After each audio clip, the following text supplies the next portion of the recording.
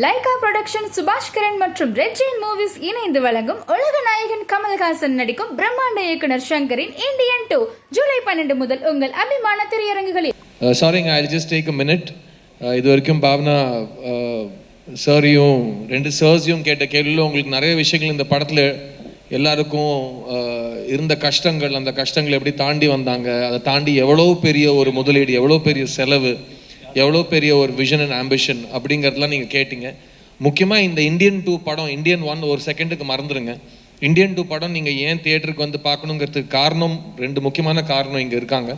But அதை தாண்டி இந்த படம் பேசுகிற சமூக கருத்து, இந்த படம் பேசுகிற சமூக அக்கறை, அது வந்து ரொம்ப ரொம்ப ஒரு ரிஃப்ரெஷிங்காக முக்கியமான ஒரு ஸ்டாண்ட் பாயிண்ட், ஒரு பாயிண்ட் ஆஃப் வியூவாக நான் கருதுகிறேன். ஸோ இப்போ இருக்கிற யங்ஸ்டர்ஸ், நீங்களாம் எங்களை மாதிரி தியேட்டரில் போய் இந்தியன் 1 பார்க்கல இல்லையா? ஸோ அது ஒரு செகண்டுக்கு மறந்துடுங்க. இந்தியன் 2 தியேட்டரில் பார்க்குறப்போ உங்களுக்குள்ள எங்களுக்கு எப்படி இந்தியன் 1 பார்க்குறப்போ ஒரு கோபம் எழுந்துச்சோ, சிஸ்டத்தை ஒன்றுமே பண்ண முடியாதா, ஒரு தனிப்பட்ட மனிதனா, ஒரு சாதாரண குடிமகனா உங்களால் என்ன பண்ண முடியுங்கிற கேள்வி எல்லாத்துக்கும் இந்த படத்தில் இவங்களோட வாழ்க்கையில் இருக்கிற அனுபவத்தை வச்சு இவங்க ஒரு கதை சொல்லியிருக்காங்க. அண்ட் அது நான் ரொம்ப இன்ஸ்பைரிங்காக, ஆஸ் அன் ஆக்டர் எனக்கு ரொம்ப இன்ஸ்பைரிங்காக இருந்துச்சு. அண்ட் டெஃபினட்டாக வரப்போகிற தலைமுறைக்கும் இந்த இந்தியன் 2 பேசுகிற இந்த சமூக அக்கறை, ஒரு இண்டிவிஜுவல் சிட்டிசனோட ரெஸ்பான்சிபிலிட்டிஸ், இது எல்லாமே ரொம்ப அழுத்தமாக சொல்லியிருக்காங்க. So please come to the theatre on July 12th for these two legends, but also to see a new cinema and to see இது வரைக்கும் நீங்கள் பார்க்காத, இப்போ எல்லாரும் ஊழல் பற்றி நிறைய படம் எடுத்துட்டோன்னு சொல்கிறாங்க, பட் ஊழலை பற்றி இந்த அளவுக்கு ஜீரோ டாலரன்ஸோடு எடுக்கப்பட்ட படம் Indian 2. I can guarantee you it will be a very memorable and refreshing experience for you. And இதை தாண்டி நான் ரெண்டு பேர்கிட்டையும் நான் ரொம்ப நாளாக வெயிட் பண்ணிட்டு இருக்கேன். ஒரு ரெண்டு சின்ன கேள்வி கேட்டுடுறேன். ஃபர்ஸ்ட்டு சங்கர் சார் கேட்டுடுறேன். சங்கர் சார், நீங்கள் ஒரே நேரத்தில் Indian 2, Indian 3 and game changer எடுத்திருக்கீங்க. ஐ திங்க் இன் வேர்ல்டு ஹிஸ்ட்ரியில் யாருமே இந்த மாதிரி 3 படங்களை ஒரே நேரத்தில் எடுத்தது கிடையாது.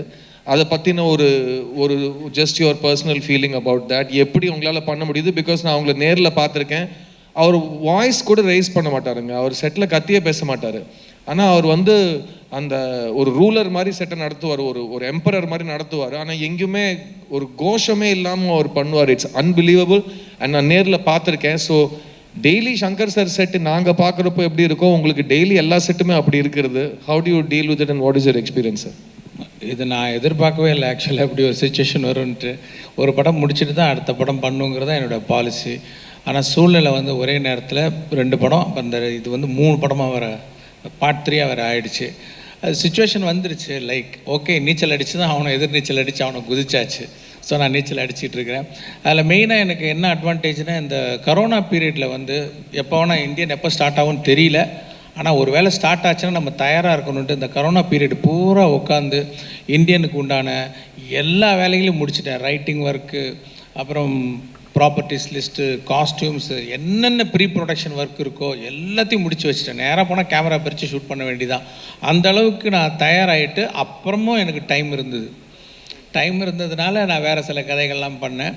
ஸோ எனக்கு வந்து 2 படம் பண்ணும்போது இது எனக்கு பெரிய ப்ளஸ்ஸாக இருந்தது. ஏன்னா எல்லா ப்ரெப் ஒர்க்ஸும் முடிஞ்சு போயிட்டதுனால இந்தியனை பொறுத்த வரைக்கும் எனக்கு இன்னும் அதிகமாக டைம்ஸ் பண்ண வேண்டிய அவசியம் இல்லாமல் இருந்ததுனால என்னால் இன்னொரு படம் பண்ண முடிஞ்சது. அண்ட் நவ் கமல் சார், ரீசெண்டாக நீங்கள் ஒரு இன்டர்வியூவில் ரொம்ப அழகாக ஒரு ஸ்டேஜில் இன்ஃபேக்ட் சொல்லியிருந்தீங்க, ரொம்ப புரிதலோடு ரொம்ப அழகாக சொல்லியிருந்தீங்க. உங்களுக்கு பிடிச்ச படங்களில் உங்களுக்கு சில பேருக்கு ஃபர்ஸ்ட் ஹாஃப் பிடிக்கும், செகண்ட் ஹாஃப் பிடிக்கும். அப்படி பார்க்குறப்போ எனக்கு பிடிச்ச செகண்ட் ஹாஃப் இந்த இந்தியன் 3 அப்படின்னு, அந்த காரணத்துக்காக தான் நான் இந்தியன் 2 ரொம்ப எக்ஸைட்டடாக பண்ணேன்னு நீங்கள் சொன்னீங்க. அது வந்து சினிமா புரிதல் இல்லாதவங்க சில பேர் எப்படி புரிஞ்சிட்டு இருக்காங்களா, உங்களுக்கு இந்தியன் 2 பிடிக்கல அப்படின்ற மாதிரி அவங்க ஒரு ரெஃபரன்ஸ் எடுத்துகிட்டு இருக்காங்க. அவங்களுக்கு மட்டும் இல்லை, ஜென்ரலாகவே இதை கொஞ்சம் இன்னும் கொஞ்சம் அழகாக இன்னும் அவங்களுக்கு புரியுற மாதிரி ஒரு சொல்லிட்டீங்கன்னா. 6 வருஷம் டைரக்டர்கிட்ட எந்த குறையும் இல்லாமல் நான் நல்லபடியாக வேலை செஞ்சுட்டு இருந்தேன். ஒரே ப்ரெஸ் மீட்டில் என்னை அவர் ஃபோனில் கூப்பிட்டு என்ன சார் இப்படி பண்ணிட்டீங்கன்னு வருத்தப்படுற அளவுக்கு ஆயிடுச்சு. அதாவது உங்களுக்கு 3ஆம் பாகம் ரொம்ப பிடிக்கும்னு சொன்னது, இது குழந்தைகள்கிட்ட கேட்கக்கூடாத கேள்வி.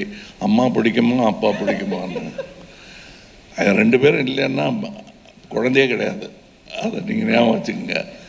இது 2ம் ஒரு பாகம்தான்.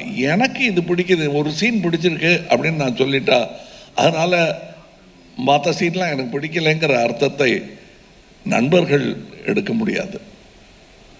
நல்ல நண்பர்கள், நல்ல விமர்சகர்கள் அந்த அர்த்தத்தில் அதை எடுத்துக்க முடியாது, எடுத்துக்கக்கூடாது என்பது தான் என்னுடையது. நல்லா வந்திருக்கு. எனக்கு இன்னும் ஆர்வம் என்னன்னா, இந்தியன் 3 இப்போ தான் ஜூலை 12 ரிலீஸ் முடிவாயிடுச்சு. எனக்கு இந்தியன் 3 ரிலீஸ் டேட்டுக்கு நோக்கி ஓடிக்கிட்டு இருக்கேன் என் மனசு. அதை நீங்கள் யாரும் தடுக்க முடியாது, டைரக்டரே தடுக்க முடியாது. நானா எடுக்க சொன்னேன் 3 எடுத்துட்டீங்க. எனக்கு இப்போ அது மேலே ஆசை வந்துருச்சு. அதுக்கு நான் என்ன பண்ணுறது? அதான் நாங்கள் அப்போ ஃபஸ்ட்டு சாம்பார் தான் பிரமாதமாக இருந்தது இல்லைங்களே, ரசமும் நல்லா தான் இருந்தது. பாயசத்தை நோக்கி என் மனசு பாய்கிறது என்றால் அதற்கு நீங்கள் என்னை கோவிக்கக்கூடாது. இதுதான் உண்மை. இன்னும் நான் இந்த ப்ரெஸ் மீட்டை வந்து இந்தியன் 3 ப்ரெஸ் மீட்டாக ஆக்க விரும்பலை. ஏன்னா எனக்கு பிடித்த சம்பவங்கள் நிறைய அதிலும் இருக்கிறது, இதிலும் இருக்கிறது. Thank you Kamal sir. And Indian 2 Indian 3 இல்லை எது பிடிக்கும் நீங்கள் என்ன கேட்டிங்கன்னா, எனக்கு இந்தியன் 4 தாங்க பிடிக்கும். ஏன்னா இந்த பாயசத்தை ஆல்ரெடி எனக்கு ருசி காமிச்சிட்டாங்க, கொடுத்துட்டாங்க. இந்தியன் 4ல் நான் இருப்பேன். அந்த ருசியும் சீக்கிரமாக காமிச்சிருங்க, சந்தோஷமாக இருக்குங்கிற ஒரு நம்பிக்கை தான். அங்கே சுபாஸ்கரன் அவர்கள் பேனா கேப்பை திறந்து செக் புக்கு கொண்டு வான்னு சைன் பண்ணுறது எனக்கு தெரியுது, மனசு ஞான திருஷ்டியில் தெரியுது.